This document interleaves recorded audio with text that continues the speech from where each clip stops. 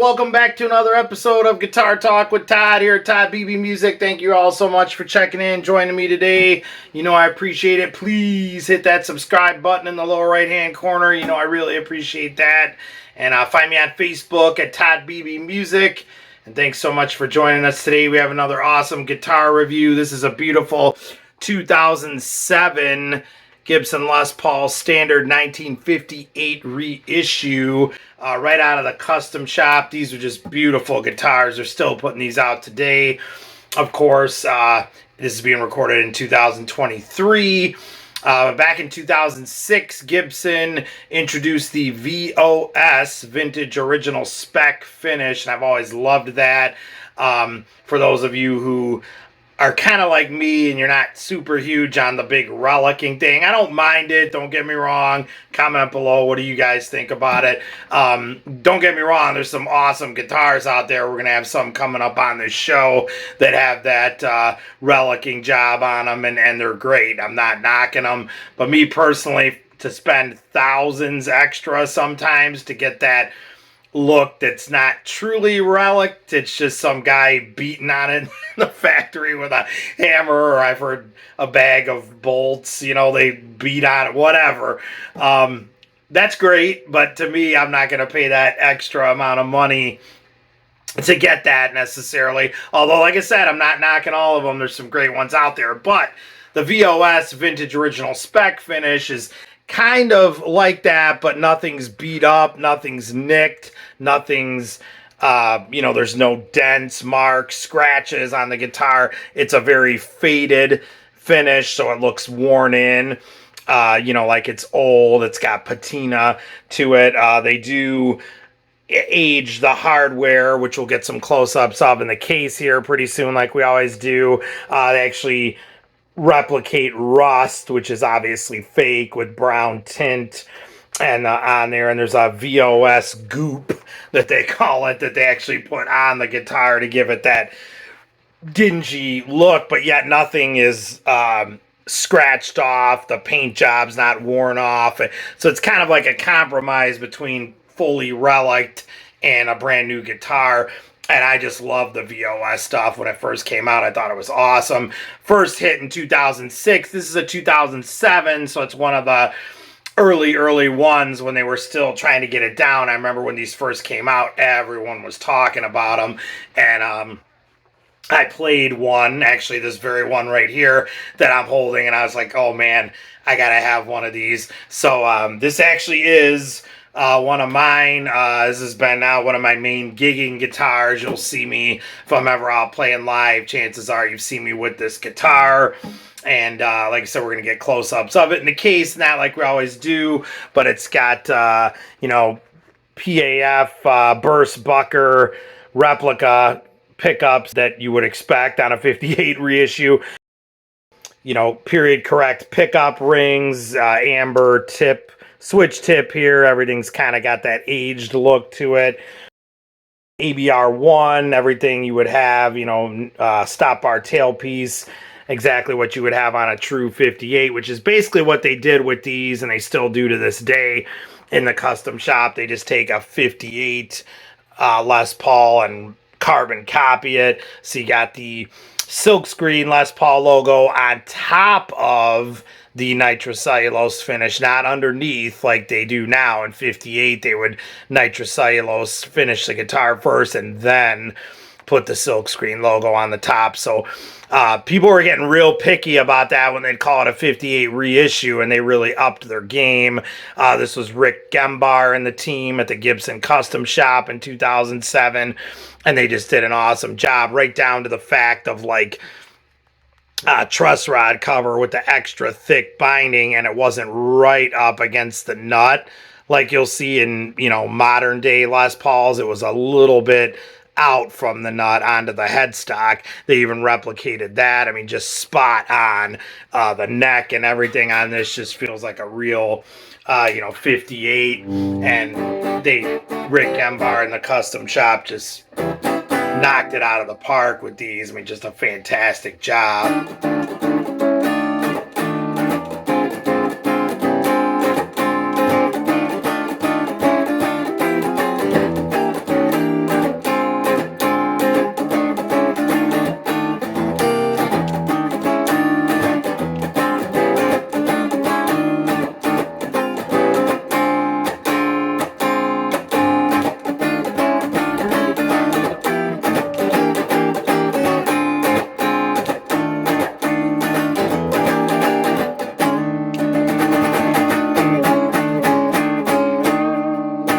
Yeah, just great. I mean, obviously plenty of bite. That was the neck pickup, obviously on the bridge.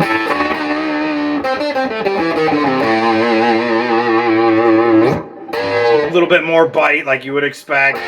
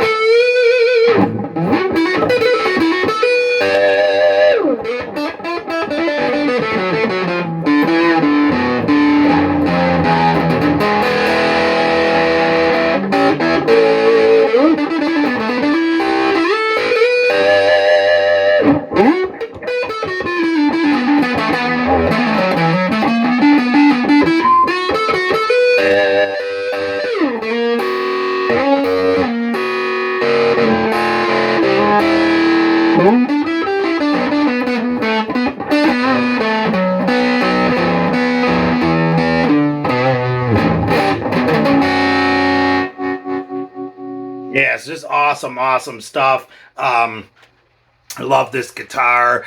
Like I said, it's been with me quite a while now since I picked this up. A little bit after 2007 when this came out, and it's been just gig after gig after gig with me. It's been out. It's been Zakk Wylde even played this guitar. I spent quite a bit of time with Zakk over the years. Super great guy, and hung out with him a lot when he introduced his Wylde Audio line of guitars, and I had this with me, and Zakk played it and loved it, and I had him sign the back of the headstock, which we will take a look at in the case like we always do. As a matter of fact, let's do that right now.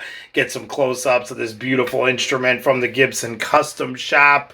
Check it out. Here we go.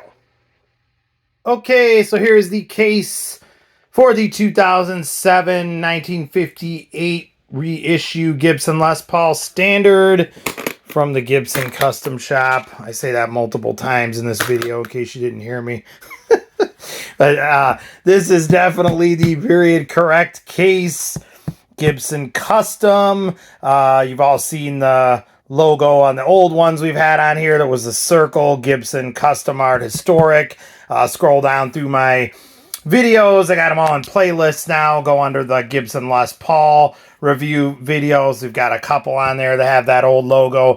I want to say it was around 2005 or 6 or so they started using this logo and on all the custom shop stuff. And like I said, in 2006 they first did the first round of Vintage Original Spec VOS stuff on guitars. This is an 07, so it's still in the early stages of that. Plain top, they call this finish. You can see it's a obviously sunburst, but not highly figured.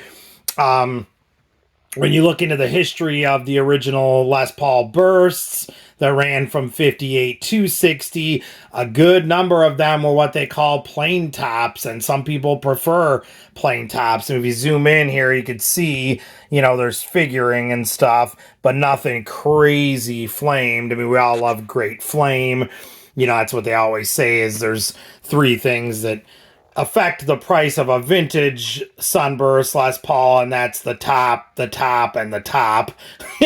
That's really what people pay more for. But I'm a sucker for a good plain top. And even Warren Haynes, when he did his reissue, we've had 2 of those on this show. So once again, scroll through my videos and check out my review of the 2 Warren Les Paul 58 reissues we had on here. He actually picked a plain top. He didn't want, you know, a highly figured top, and they called it a Haynes burst, but he liked the way the plain top looked. So a lot of them were this way and weren't necessarily highly figured. And there's nothing wrong with that. It just got a very cool look to it.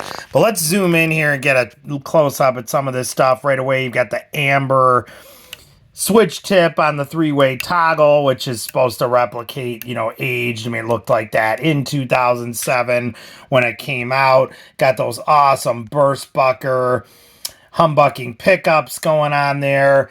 ABR1 bridge and stop bar tailpiece right here. Everything, like I said, kind of has an aged look to it with patina on it, and that all came out. It looked like that in 2007 right out of the factory. Pick guard, nothing really different going on there. And the amber control, 2-volume, 2-tone controls with the bleeders on here, the pointers. I always call them bleeders. But just a beautiful guitar. If we get right in here, you can see like on that pick guard screw, that kind of looks like it's rusted and aged, but it looked like that in 2007 when it came out of the factory.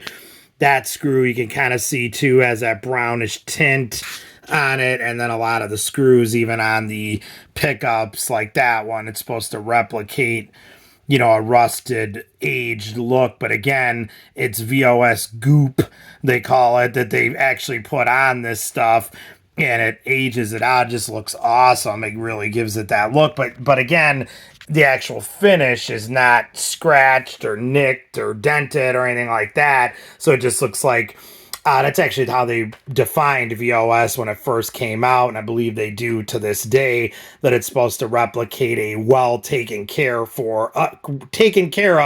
vintage instrument. Why am I having such a hard time saying that? I don't know. But so in other words, it like looked like a 58 that was kept under the bed and not played very much, but the patina, it's just aged through the years with the lacquer and stuff. And actually the trick for that, I know talking to people at Gibson, besides putting on the VOS goop that they put on and give it the brown effect and all that and aging it, they do not do the final step of polishing and buffing on the wheel when they put the nitrocellulose finish on, and that gives it that more dingy, dull look like an aged finish would. So that's the trick they kind of did, and man, they knocked it out of the park. I remember when these first came out, everybody was talking about them, and they just did an awesome job. Even getting in here on the bridge, you can see a lot of that hardware just looks very aged and on that pickup and stuff, but that's not actual real. I mean, that's how that looked in 2007. I've had this since a little bit, couple years after 2000. I'm going to say 2008, 9 maybe. So I know for a fact that it looked like that, and I've seen numerous other examples of these, and that's how they came out of the factory. Just awesome stuff. Going up the neck there, rosewood fingerboard with those trapezoid inlays, just great stuff there with that 58 neck. It's just spot on. Even on the headstock here, like we were talking about earlier, they did things like that Les Paul font is silk screened on top of the finish. Nowadays they put that on and they finish right over it, and it's under the finish. If you buy like a Gibson USA 2023 Les Paul standard, that's how it is. But back in 1958 they made these, and they did the finishing first, and then they put the silkscreen logo on the top, and that's exactly how this one is, just spot on to a real 58. Got the mother of pearl Gibson logo, obviously, and then we were talking earlier about the truss rod cover. It's got the extra thick binding like they did in 58, and instead of being flush right up against the nut here, there's like a little bit of a gap, just like on a real 58. And again, if I get right in here, you can see like that screw has that replicated rust on it. It's got like an orange brownish tint there inside of the head. And that one doesn't. So I've heard they just kind of, it sounds crazy, but they take a bunch of these screws at the factory, throw them into the VOS goop, and some of them get saturated with the goop, like that one. I've seen even worse. Some of them get hardly any, but that's kind of, you know, it's pretty true to how that would look, because it's just like that on a real guitar from 58. Some might have that and some might not. So that's pretty cool and something I actually prefer over just, you know, beating the hell out of the guitar and relicing it that way. Although, like I said, I'm not knocking that. There are some great guitars that have that effect too, and we've got some coming in. But all right, let's flip this over and take a look at the back.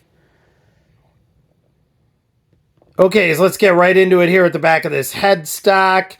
Got the Kluson style tuners there. It also have some like replicating of the aging and rust going on. And like I said, Mr. Zakk Wylde himself played and signed this guitar to me in 2018. I spent evening with Zakk, which was fun. I've hung out with him several times over the years, and I had this guitar with me, and Zakk loved it and played it, and he drew a little guitar there in the center and signed his name at the top and signed it to me. So very cool. Love Zakk. Love his playing. What a monster, and great to have his signature on there.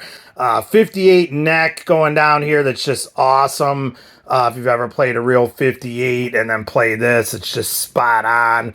Even the neck has like a worn-in feel that they do, you know, when they sand them and stuff. Just awesome, awesome job there. Rick Gembar in the Custom Shop. Like I said, in 2007, they were just knocking it out of the park on these, and still are, actually. Always great stuff at the Custom Shop. But there you go with the three-way toggle, cavity control, and the same thing going back here with the 2-volume, 2-tone. Nothing special, really, but again, we've got that aged, you know, rust and aging going on, replicated there with the VOS finish on the screws and whatnot. Schaller strap lock button that I threw on. Again, I do have the originals, and but we don't care about that anymore, because for the last several years and for the rest of time, we are powered by Strap Tight on this show. Stop altering your guitars, stop dropping your guitars, throw on a Strap Tight, and you are done. We love Strap Tight, so check them out at straptight.com. All right, let's flip this over, get a look at the output jack like we always do. Okay, so we have the period correct, you know, just like you would on a real 58. Output jack there with the cream colored plate on there, just like you would on a real 58. The yellowed binding on there, which was already like that in 2007. That screw's got some aging on it too on the pick guard. You can kind of see the dye is bleeding into the binding, which is totally normal. You can big time see that on the neck. I'm going to flip this neck over and look at the top again too. But I remember when these have been around like for a little while, people were complaining about that. And it's funny because that red dye is exact, you know, replica of what they used on the 58s in 58, and it did the same thing, and it just kind of seeps into the binding, which was definitely more cream colored when I first got this, and it's getting like a cream red color because the binding is being the red dye is soaking into the binding. Let me flip this over and look at the other side too. Okay, so yeah, you can definitely see on here what I'm talking about as you go up, that cream binding, but it's, you know, tinted with red a lot, especially like right in there. And I remember people were complaining about that, and it's like, that's true to form. That's exactly what that's supposed to do and will do. Some do it less than others. Some do it more than others. It just depends, just like on a real 58.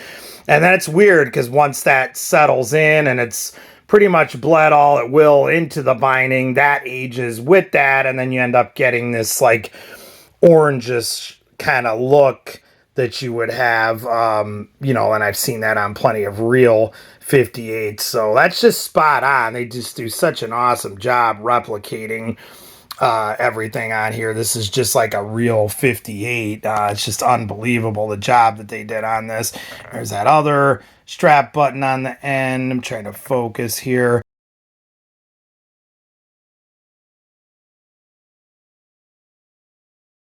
All right, so one thing I want to talk about too while we're on this is the pickup rings.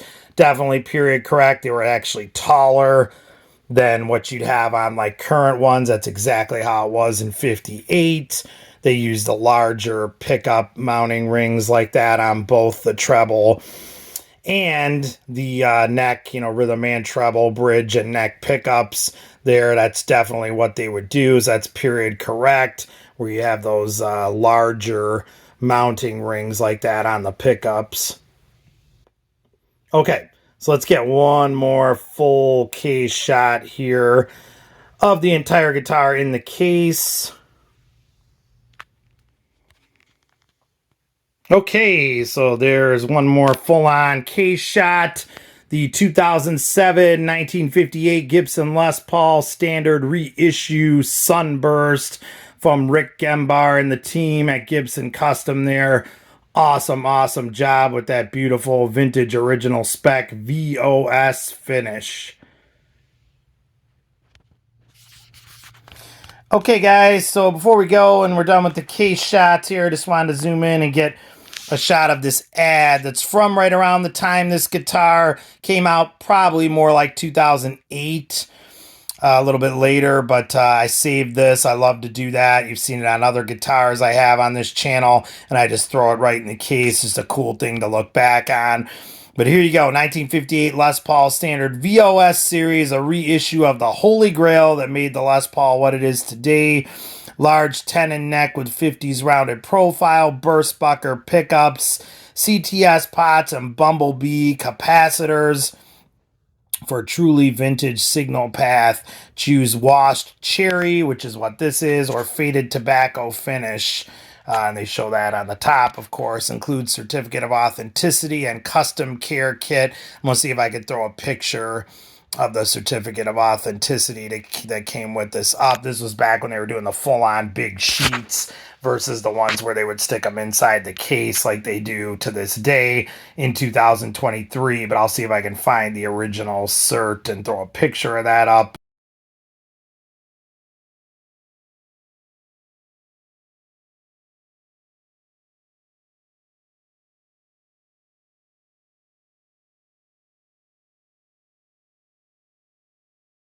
Just cool stuff. You can also see the Stars and Stripes Les Paul. We've had one of those on here. So again, scroll down through my videos and find that. The Zakk Wylde camo guitar, which is no longer around. I mean, look at this stuff. Les Paul Customs for $3,299. It's just crazy. Those have gone up like $2,000 since then. The legendary Gibson Les Paul, the Menace. I remember that, $859. Wow. So, again, these are 2008 prices. Some other things, just real quick, back here in the back, you could get a Les Paul Studio for $11.99. Les Paul Classic was $17.99. Just interesting stuff. I love keeping old ads like that. Like I said, if you got a guitar and you see an ad for it that you just got or whatever, it's kind of cool. Just tear the page out, throw it in the case. It's kind of a cool thing just to keep the history with the guitar. Okay, so there she is. Let's take her for a test drive. This beautiful plain top 1958 Gibson Les Paul reissue. Run it through the mill here with the pickup changes and going through the different tones we can get out of her here. Check it out.